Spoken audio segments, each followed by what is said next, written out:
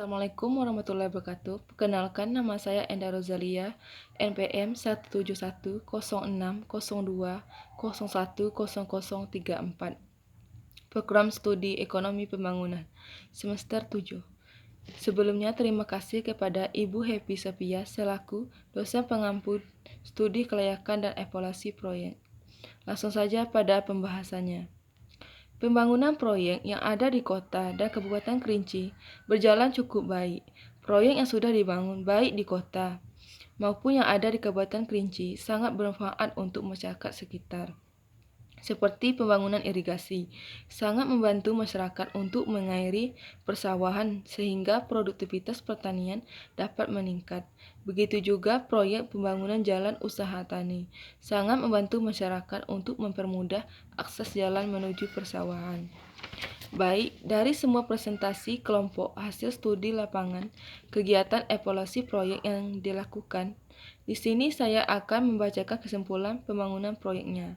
Yang pertama atau 1, dari semua presentasi kelompok pembangunan proyek, studi kelayakan dan evaluasi proyek sangat dibutuhkan karena dapat meningkatkan efisiensi dan kualitas dari sebuah proyek yang dilakukan dan dapat juga mengkaji segala kemungkinan yang akan ditemui pada saat pelaksanaan proyek sehingga untuk kedepannya dapat diperbaiki masalah-masalah yang ada.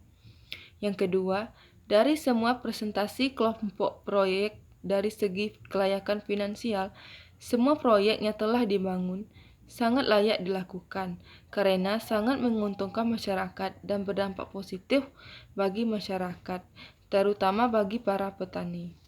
Sosial ekonomi. Semua proyek yang telah dianalisis berkelompok dari segi sosial ekonomi, masyarakat sangat terbantu dengan proyek yang telah dibangun, terutama bagi persawahan. Karena pembangunan irigasi dan jalan usaha tani, pembangunan proyek irigasi yang dapat mengairi sawah-sawah yang berada di sekitar sehingga sawah-sawah tidak mengalami kekeringan, sehingga dapat meningkatkan hasil panen. Begitu juga pembangunan jalan usaha tani yang dapat mempermudah masyarakat untuk ke sawah, sehingga sawah-sawah terawat dan dapat meningkatkan produktivitas pertanian meningkat. Yang ketiga, harga bayangan atau shadow price.